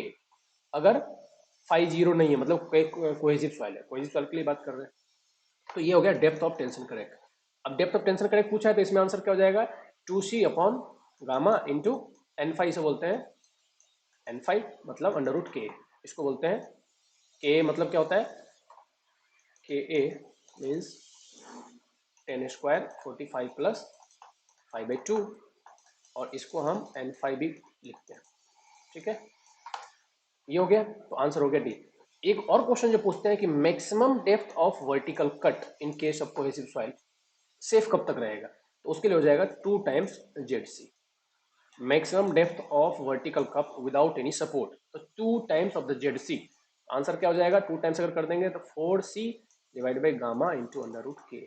ये क्वेश्चन भी बहुत पॉपुलर है, बहुत बार पूछा जाता है कि कोहेसिव सॉइल है अगर, तो मैक्सिमम कट कितने डेप्थ का बना सकते हैं किसी लेटरल सपोर्ट के बिना, तो मैक्सिमम डेप्थ कितना होगा 2 टाइम्स ऑफ द ZC, मतलब इसका डबल 2 टाइम्स ऑफ ZC। ठीक है, बहुत सिंपल है, क्योंकि यहां तक अपर पोर्शन नीचे बार पोर्शन को बैलेंस करेगा। ठीक है, तो 2 टाइम्स ऑफ द ZC। चलिए आंसर हो गया। Next question, in a saturated clay layer consolidating with single drainage. Consolidation का ये क्वेश्चन भी बहुत पॉपुलर है। सिंगल ड्रेनेज मींस सिर्फ एक ही, या तो ऊपर से या नीचे से कहीं एक जगह से अगर ड्रेनेज हो रहा है, मतलब कंसोलिडेट हो रहा है इस तरह से, ये लेयर है, तो मान लेते हैं कि और वाटर यहाँ से बाहर जा रहा है, कंसोलिडेशन हो रहा है। ठीक है, क्योंकि लिटरल तो हो नहीं सकता, वन डायमेंशनल कंसोलिडेशन हम मान के चलते हैं, और बॉटम से मानते हैं कि ये ब्लॉक्ड है। ठीक है, ऊपर की तरफ कंसोलिडेशन हो रहा है। तो अब कह रहा है कि with single drainage the initial isochrone, very important question कि आइसोक्रोन क्या होता है। Isochrone is the line joining equal pore water pressure. कई बार पूछा जाता है कि isochrone, what is isochrone. Isochrone is the line joining equal pore water pressure is called isochrone. तो इनिशियल आइसोक्रोन पूछा है, तो इनिशियल आइसोक्रोन कैसा होगा, पैराबोलिक, मतलब यहाँ पे प्रेशर भी जीरो होगा और यहाँ पे प्रेशर भी जीरो होगा। इनिशियल आइसोक्रोन ऐसा बनता है। ठीक है, सिंगल के लिए भी और डबल के लिए भी, दोनों ही के लिए पैराबोला बनता है। इनिशियल आइसोक्रोन याद रखिएगा, इनिशियल आइसोक्रोन की वैल्यू है। अगर आपसे पूछेगा कि पोर वाटर प्रेशर कितना है सिंगल ड्रेनेज में, तो सिंगल ड्रेनेज में पोर वाटर प्रेशर की वैल्यू यहाँ पे तो जीरो है, यहाँ पे जीरो, और यहाँ पे रहेगा ट्राइंगल। तो अगर पूछे कि पोर वाटर प्रेशर कितना होगा सिंगल ड्रेनेज में, तो ट्राइंगुलर। ठीक है, उस केस में पैराबोलिक नहीं। और डबल ड्रेनेज में पूछे तो डबल ड्रेनेज में पैराबोलिक, डबल ड्रेनेज में पैराबोलिक। लेकिन अगर इनिशियल आइसोक्रोन की वैल्यू पूछ रहा है, तो इनिशियल आइसोक्रोन चाहे वो सिंगल ड्रेनेज हो चाहे डबल ड्रेनेज हो, इनिशियल आइसोक्रोन पैराबोला ही होगा हमेशा। ठीक है, बस वैल्यू अलग अलग होगी, शेप हमेशा पैराबोला ही रहेगा। नेक्स्ट क्वेश्चन पे चलते हैं। As per the Indian standard code of practice, the frequency ratio of operating frequency machine to the natural frequency of the soil should not be in the range of। अब ये question पीछे भी आ चुका है, पिछले साल जो हुआ था, इसके लिए आईएस कोड कौन सा है 2974 में क्लियरली मेंशन है, पार्ट 1 में क्लॉज नंबर है 5.2। मैं आपको दिखाता हूं, ये है क्लॉज नंबर 5.2। फ्रीक्वेंसी रेशियो के लिए क्या है कि shall not be normally less than 0.4, and अगर ये कंडीशन सेटिस्फाई नहीं हो रहा है तो दूसरे कंडीशन में shall not be lower than 0.15। मतलब एक कंडीशन में कह रहा है कि मतलब 0.4 और 1.5 से लोअर नहीं, इससे ऊपर होना चाहिए क्या, फ्रीक्वेंसी रेशियो की वैल्यू। तो फ्रीक्वेंसी रेशियो 0.4 की जगह यहाँ 0.5 है, तो ये थोड़ा इनकरेक्ट है, बट ये आंसर चलेगा। इससे कम नहीं होना चाहिए, इस रेंज से कम नहीं होना चाहिए। एक कंडीशन के लिए ये है, अगर ये कंडीशन प्रिवेल नहीं कर रहा है तो ये कंडीशन अपर कंडीशन है, इससे ऊपर ही होना चाहिए, इससे कम नहीं होना चाहिए। Option A is the right answer. Next है, maximum load carried by a pile when it continues to sink without further increase in load. कह रहा है कि कोई लोड हम इंक्रीज नहीं कर रहे हैं और उसके बावजूद भी पाइल क्या हो रहा है कि नीचे सिंक होता जा रहा है, तो उसमें जो मैक्सिमम लोड मिलता है हमें, उसको हम क्या कहते हैं, इसको बोलते हैं ultimate load carrying capacity, ultimate bearing capacity भी बोलते हैं, और अल्टीमेट बियरिंग रेजिस्टेंट भी बोलते हैं। ये लोड कैरिंग के सेंटेंस में बोलते हैं रेस्पेक्ट में, और ये सॉइल के रेस्पेक्ट में बोलते हैं, ये भी सॉइल के रेस्पेक्ट में बोलते हैं। तो all of the above is the right answer. Next है, the stress increment at the depth of 10 metre below a corner of rectangular load. याद रखिए यहाँ पे रेक्टेंगुलर एरिया लोड के कॉर्नर पे पूछा है, तो कॉर्नर पे पूछता है तो आंसर क्या है, बहुत सिंपल है। कॉर्नर के लिए क्या होता है कि influencing factor multiply times the load intensity, इसमें हमें डेप्थ से मतलब नहीं है। तो इन्फ्लुएंसिंग फैक्टर कितना है 0.0179 मल्टीप्लाई बाय द लोड 250, तो आंसर क्या आ जाएगा 4.48 इज द राइट आंसर।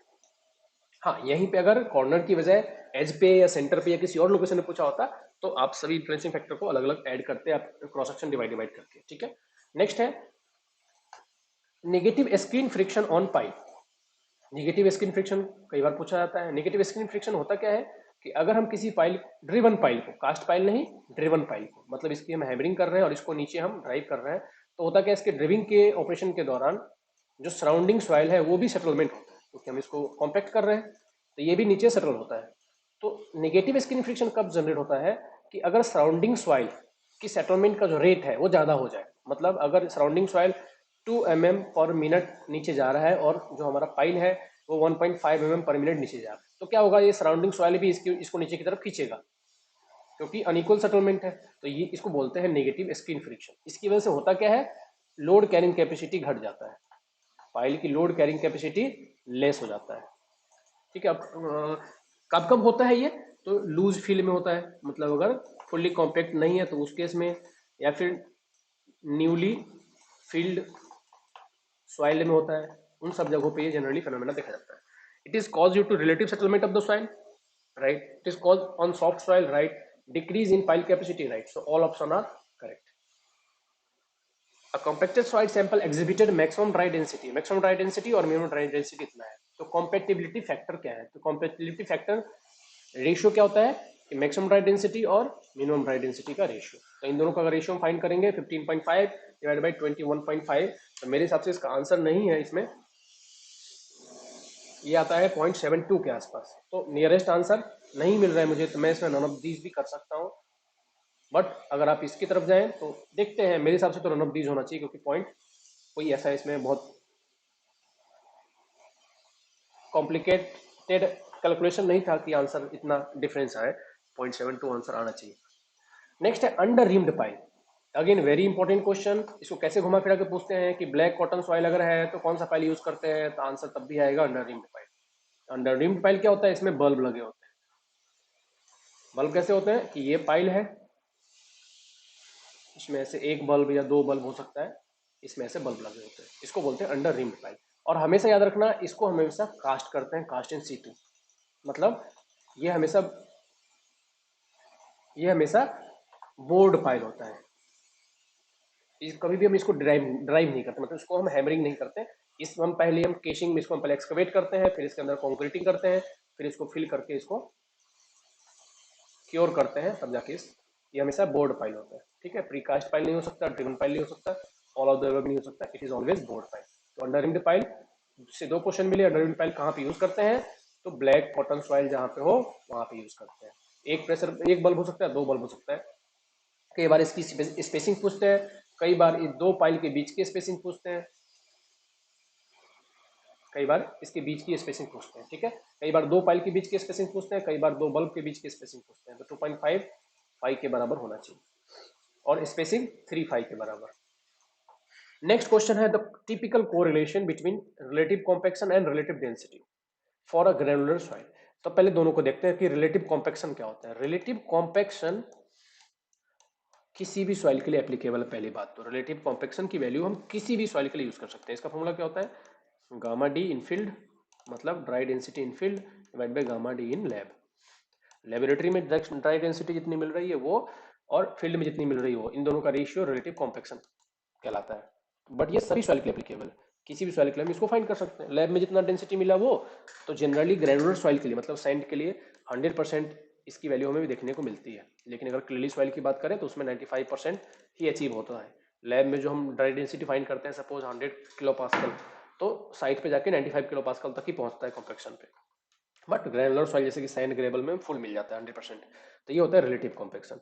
और रिलेटिव डेंसिटी क्या होता है, रिलेटिव डेंसिटी की अगर हम बात करें तो ये होता है E max minus E natural divide by E max minus E min. ये रिलेटिव डेंसिटी हमेशा ग्रेनुलर सॉइल के लिए ही होता है, ये हम कोहेसिव सॉइल के लिए, क्ले या सिल्ट के लिए फाइंड नहीं कर सकते।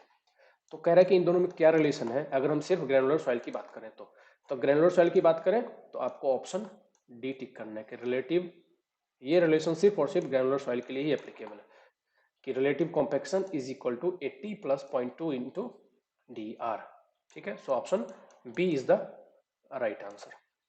नेक्स्ट क्वेश्चन चलते हैं। In case of well foundation, well foundation है इंडियन स्टैंडर्ड कोड के आधार पे टिल्ट और शिफ्ट की वैल्यू कितनी है। मैं आपको आईआरसी का कोड दिखाता हूं। ये कौन सा आईआरसी कोड में है, आईआरसी 78 और इसका कोड नंबर है, मतलब ईयर है 2014। मैं आपको कोड दिखाता हूं टिल्ट और शिफ्ट का। देखिए आईआरसी 78 में क्लॉज नंबर है 708.5 में टिल्ट और शिफ्ट के लिए दिया हुआ है कि as far as possible the well shall be sunk plumb without any tilt और शिफ्ट। जो सिंकिंग कर रहे हैं उसकी कोई भी शिफ्ट और टिल्ट के बिना होना चाहिए। हाउएवर अगर हो रहा है तो भी कितना होना चाहिए, tilt of 1 in 80, tilt maximum 1 in 80 होना चाहिए। और शिफ्ट कितना, मतलब इसकी जो एक्सिस से रोटेशन है वो 1 in 80 तक चलेगा, बट मैक्सिमम ये वैल्यू है। और शिफ्ट मतलब अपनी पोजीशन से शिफ्ट कितना हो सकता है इस डायरेक्शन में, 150 mm due to translation, both additive in direction. ठीक है, both additive in direction will which will cause the most severe effect shall be considered in the design of well foundation। ठीक है, तो ये क्या है यहाँ पे क्लॉज में, 150 mm ट्रांसलेशन मैक्सिमम और 1 in 80 टिल्ट मैक्सिमम। अब देखिए क्वेश्चन में आते हैं। क्वेश्चन में 1 in 80 का कोई ऑप्शन नहीं है मेरे हिसाब से, और 1 in 80 का कोई ऑप्शन नहीं है, और ना ही कोई 150 mm का ऑप्शन है, और ना ही कोई उन्होंने यूनिट दी है कि इनको जो शिफ्ट चाहिए वो किस यूनिट में चाहिए। शिफ्ट की कोई यूनिट भी नहीं गिवन है, तो इस क्वेश्चन को मेरे हिसाब से कैंसिल होना चाहिए, क्योंकि ये कोई भी आंसर इसमें करेक्ट नहीं है। ठीक है, बट बाय डिफॉल्ट मैंने बता दिया कि 1 in 80 राइट आंसर है टिल्ट के लिए, और शिफ्ट के लिए 150 mm as per IRC 78 2014 clause number 708.5.1। Next question पे चलते हैं। The friction circle method, again very very important है, वेरी पॉपुलर क्वेश्चन। इंपॉर्टेंट तो इसमें कुछ भी नहीं, आपको याद हो जाएगा ये। फ्रिक्शन सर्कल मेथड में बेसिक असम्पशन क्या है कि इसमें resultant reaction along the slip surface, tangential जो होता है उस टेंजेंशियल सरफेस का, टेंजेंशियल सर्कल का, इस सर्कल का रेडियस कितना होता है, तो ये होता है r sin phi के बराबर। ये बहुत बार पूछा गया है, बहुत सिंपल है, इसमें कुछ भी लॉजिक नहीं है। ठीक है, r sin phi के बराबर होता है, तो B is the right answer. Next है in a loaded beam, beam loaded है, point of contraflexure. Point of contraflexure क्या होता है कि जहां पे बेंडिंग मोमेंट चेंज, जैसे कि फिक्स बीम है, मान लेते हैं फिक्स बीम है, तो इसका बेंडिंग मोमेंट डायग्राम कैसा बनेगा। अगर हम इसका बेंडिंग मोमेंट डायग्राम बनाए तो इसका बेंडिंग मोमेंट डायग्राम कुछ इस तरीके का बनेगा, दोनों एंड पे नेगेटिव, WL²/12 के बराबर, और सेंटर पे पॉजिटिव अगर इस पे यूडीएल लोड लग रहा है तो। ठीक है, तो इसको बोलते हैं पॉइंट ऑफ कंट्राफ्लेक्चर। मतलब यहाँ पे बेंडिंग मोमेंट अपना साइन चेंज कर रहा है और जीरो भी है। ठीक है, तो the point where bending moment changes its sign is called point of contraflexure. और पॉइंट ऑफ इन्फ्लेक्शन क्या होता है, जहां पे कर्वेचर चेंज करे अपना साइन, जहां पे डिफ्लेक्टेड शेप, जहां पे इसका डिफ्लेक्टेड शेप अपना कर्वेचर चेंज करे, मतलब कर्व की डायरेक्शन चेंज हो जाए। तो अगर हम कर्व की डायरेक्शन चेंज की बात करें तो वो यहाँ पे दिखेगा, यहाँ पे कर्वेचर इस डायरेक्शन से इस डायरेक्शन चेंज हो रहा है। तो पॉइंट ऑफ इन्फ्लेक्शन और पॉइंट ऑफ कंट्राफ्लेक्चर में ये डिफरेंस होता है। तो बेंडिंग मोमेंट इज मिनिमम नहीं, बेंडिंग मोमेंट इज जीरो और changes sign right, bending moment is maximum नहीं, शियर फोर्स मैक्सिमम नहीं। Next 3 hinge arch is carrying UDL load, 3 hinge arch है, यूडीएल लोड है, ओवर इंटायर स्पैन है, तो arch is free from bending moment, shear force और bending moment नहीं लग रहा, तो शेप कौन सा है। तो अगर 3 hinge आर्च है और कौन सा आर्च है, पैराबोलिक आर्च हो, पैराबोलिक आर्च हो, तो इसमें सिर्फ और सिर्फ हॉरिजॉन्टल थ्रस्ट ही जनरेट होता है, कितने के बराबर, WL²/8H के बराबर। किसमें होता है, पैराबोलिक में, only and only horizontal thrust. तो इसको घुमा फिरा के ऐसे ही पूछते हैं कि if 3 hinge parabolic arch is subjected to UDL load, तो उसमें क्या क्या नहीं होगा। तो कह रहा है कि बेंडिंग मोमेंट नहीं होगा, शियर फोर्स नहीं होगा, तो आप कैसे भी पूछ सकते हैं इसको। 3 hinge पैराबोलिक आर्च हो, यूडीएल लोड हो, तो शियर फोर्स और बेंडिंग मोमेंट नहीं होता है, मतलब हर एक स्पैन पे जीरो होता है, सिर्फ हॉरिजॉन्टल थ्रस्ट होता है, और वो कितने का बराबर होता है, WL²/8H। अब इसको जैसे भी चाहे घुमा के पूछते रहते हैं क्वेश्चन, याद रखिए बहुत इंपॉर्टेंट क्वेश्चन है, क्योंकि इसकी वैरायटी बहुत सारी आपको मिलेगी, बट ओवरऑल मैंने पूरा कहानी आपको बता दिया। नेक्स्ट है the ratio of strength of solid to hollow shaft. Torsional strength पूछ रहा है यहाँ पे, having the outside dia D, outside dia D है, ये आउटसाइड डाया डी, और internal dia small D, having inside dia D/2, मतलब ये D/2 है इनसाइड डाया। तो कह रहा है कि टॉर्शन में दोनों का स्ट्रेंथ कितना होगा। टॉर्शनल स्ट्रेंथ कैसे फाइंड करते हैं, टॉर्शनल स्ट्रेंथ हम फाइंड करते हैं इसकी पोलर सेक्शन मॉडुलस से। पोलर सेक्शन मॉडुलस को हम क्या कहते हैं, टॉर्शनल स्ट्रेंथ। तो पोलर सेक्शन मॉडुलस अगर हम सॉलिड की फाइंड करें तो क्या होगा, 5/16 D⁻⁴, और अगर हम हॉलो को फाइंड करें तो क्या होगा, 5/16 × 1 - K⁴, और K क्या होता है यहाँ पे, D/D, internal diameter upon external diameter. तो अगर आप इन दोनों का रेशियो फाइंड करें तो क्या मिलके बनता है कि ये हो गया Z किसके लिए है, ये है हॉलो के लिए ZH, और ये हो गया Z सॉलिड, ये सॉलिड के लिए। अब रेशियो किसका पूछा है, solid to hollow, solid to hollow अगर हम फाइंड करते हैं तो सॉलिड टू हॉलो क्या हो जाएगा, सॉलिड टू हॉलो दोनों का आप रेशियो फाइंड कर लीजिए। तो सॉलिड टू हॉलो हो जाएगा, सॉलिड टू हॉलो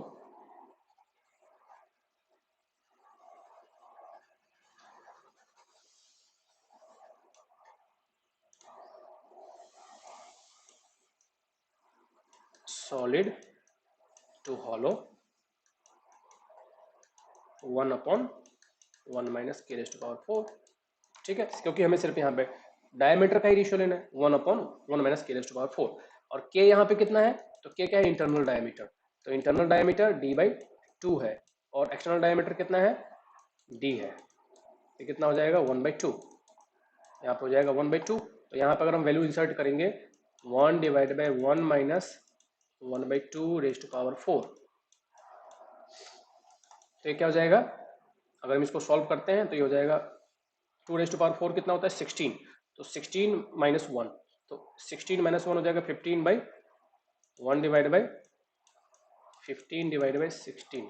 तो ये हो जाता है, जनरली आंसर होता है 16/15।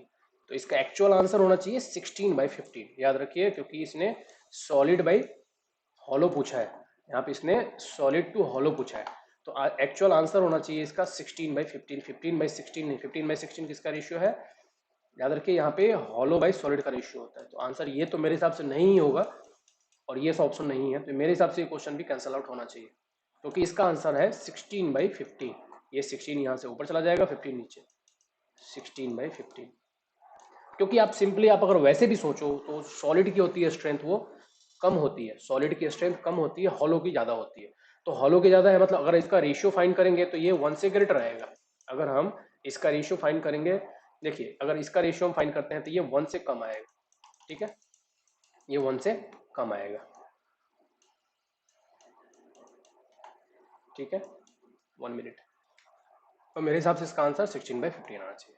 इसमें एक क्वेश्चन और जो बहुत फ्रिक्वेंटली बहुत बार पूछा गया है, अगर हम सेम वेट के लिए बात करें, अगर एक हॉलो सेक्शन लें जिसका वेट और एक सॉलिड शाफ्ट लें जिसका वेट सेम हो, दोनों का वेट सेम हो, और दोनों की हम टॉर्सनल स्ट्रेंथ फाइंड करें, तो हॉलो सेक्शन का हमेशा ज्यादा आएगा। क्यों, क्योंकि shear stress distribution maximum outer periphery पे होता है और हॉलो सेक्शन उसको इफिशिएंटली प्रोवाइड करता है, ठीक है, क्योंकि उसकी स्ट्रेंथ ज्यादा होती है, इसलिए ज्यादा स्ट्रेंथ किस में होगा, हॉलो सेक्शन में। बट यहाँ पे स्ट्रेंथ का कोई रेशियो नहीं, वो वेट का कोई कंपैरिजन नहीं है, यहाँ पे सिर्फ बोला है कि स्ट्रेंथ का रेशियो क्या होगा जबकि दोनों में डायमीटर का रिलेशन दे दिया, ठीक है। तो डायमीटर में यहाँ पे रिलेशन दिया हुआ, तो यहाँ पे आंसर आना चाहिए 16/15 का, ठीक है। आप लोगों को क्या है आंसर, आप लोग बताइएगा कमेंट सेक्शन में लिख के, ताकि हम लोग आगे देख पाए, ठीक है। चलिए नेक्स्ट क्वेश्चन है, for a beam of uniform strength keeping it's depth constant. Again very important question.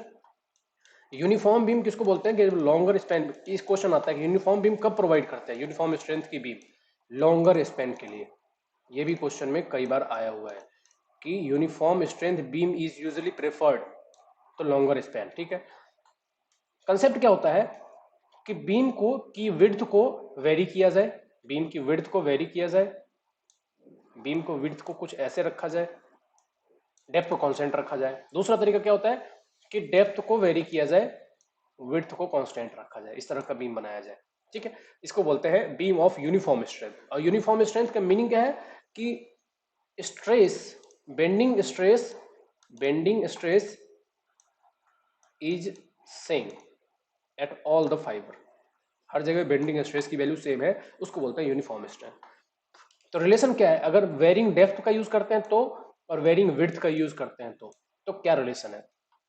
तो अगर हम विड्थ को वेरी कर रहे हैं तो याद रखिए हमेशा विड्थ में बेंडिंग मोमेंट के प्रोपोर्शनल होता है। अगर बी कर रहे हैं तो B is directly proportional to bending moment, और अगर हम डी कर रहे होते हैं यहीं पे तो D is directly proportional to √m।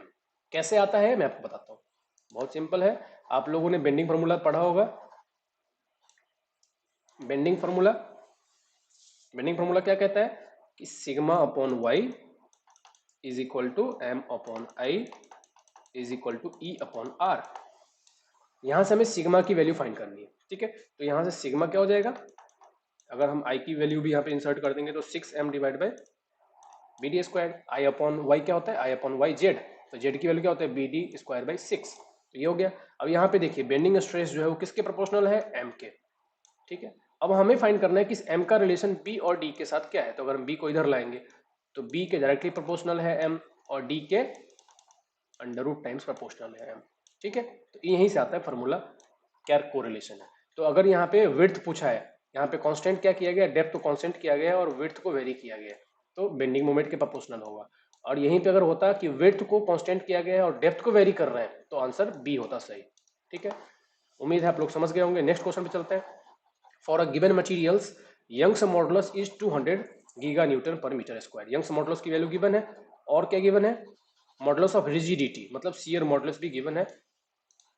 Young's modulus, shear modulus, तो पॉइजन रेशियो बहुत सिंपल क्वेश्चन है। हम जानते हैं कि relationship E is equal to 2G 1 plus mu. यहाँ पे E क्या है, मॉडुलस ऑफ इलास्टिसिटी, G क्या है, मॉडुलस शियर मॉडुलस। E की वैल्यू यहाँ पे 200 डाली है, G की वैल्यू 80, तो ये हो जाएगा 80 160 1 प्लस म्यू। इसको इधर ले आके म्यू की वैल्यू फाइंड कर लेंगे, तो म्यू की वैल्यू आएगी इसमें 0.25। दूसरा क्या रिलेशन होता है, E is equal to 3K 1 minus 2 mu. अगर E दिया हो और बल्क मॉडुलस दिया हो तो आप ये रिलेशन यूज कर सकते हैं।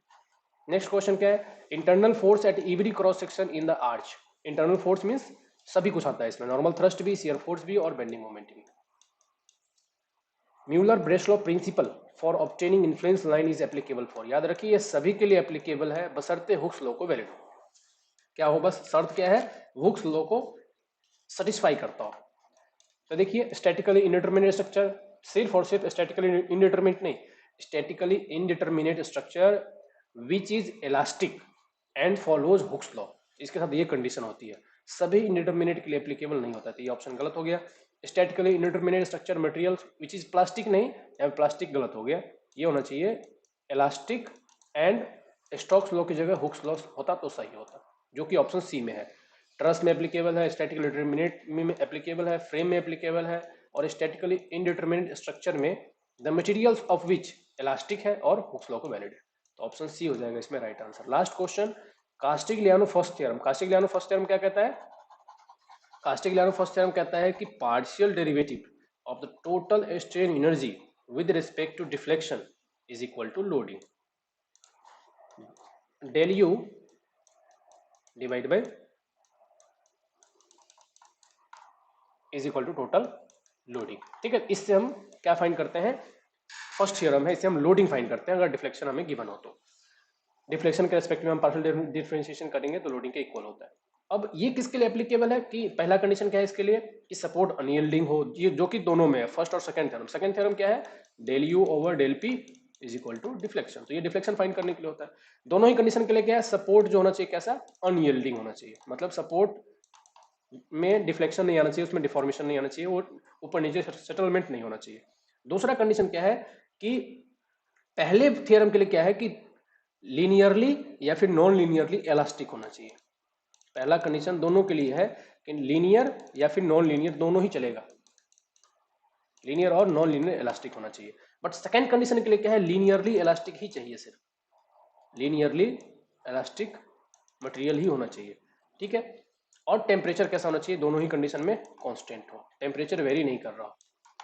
अब आते हैं हम लोग कास्टिग्लियानो फर्स्ट थ्योरम, किसके लिए एप्लीकेबल है, only for statically determinate structure नहीं, only when principle of superposition is valid. Superposition theorem क्या कहता है कि किसी भी, मैं आपको एक एग्जांपल देता हूं, सुपरपोजिशन क्या कहता है, सुपरपोजिशन है कि अगर ये कोई बीम है, इस पे मल्टीपल लोड्स एक्ट कर रहे हैं, मान लो यहाँ पे एक लोड है, यहाँ पे एक लोड है, यहाँ पे एक लोड है, और मुझे डिफ्लेक्शन फाइंड करना है इस लोडिंग के नीचे, यहाँ पे मुझे डिफ्लेक्शन फाइंड करना है। तो इस लोडिंग की वजह से डिफ्लेक्शन तो आसानी से फाइंड किया जा सकता है, लेकिन व्हाट अबाउट दीज लोडेड, इसका लोड भी यहाँ पे आएगा, इसके लोड की वजह से भी यहाँ पे डिफ्लेक्शन आएगा। तो यहाँ पे जो डिफ्लेक्शन होगा उसको हम 3 पार्ट में डिवाइड करके आसानी से फाइंड कर सकते हैं। पहले एक बार में हम सिर्फ इस लोड को कंसीडर करेंगे, यहाँ पे डिफ्लेक्शन फाइंड करेंगे, फिर सेकंड टाइम में हम सिर्फ इस लोड को कंसीडर करेंगे और इसका इफेक्ट हम यहाँ पे फाइंड करेंगे, और फिर थर्ड टाइम में हम सिर्फ इस लोड को कंसीडर करके इसका इफेक्ट, मतलब इसकी वजह से डिफ्लेक्शन यहाँ पे कितना आ रहा है उसको फाइंड करेंगे, और लास्ट में तीनों को ऐड कर देंगे तो यहाँ पे फाइनल डिफ्लेक्शन मिल जाएगा। यही है प्रिंसिपल ऑफ सुपरपोजिशन, इसी पे वर्क करता है फर्स्ट थ्योरम। ठीक है, तो ये हो गया first theorem. Thank you all. Video कैसा लगा आप लोग कमेंट सेक्शन में लिखिए। Thank you all, see you in the next video part 6 बहुत जल्दी आने वाला है, आज ही आ जाएगा वीडियो। आप लोग तब तक आंसर चेक कीजिए और जो लोग एग्जाम देने वाले हैं उन लोग वो लोग प्रैक्टिस कीजिए, आने वाले एग्जाम्स के लिए बहुत यूजफुल होंगे। Thank you all, thanks for the watching. Channel को लाइक कीजिए, चैनल को सब्सक्राइब कीजिए, वीडियो को लाइक कीजिए। Thank you all, see you in the next video.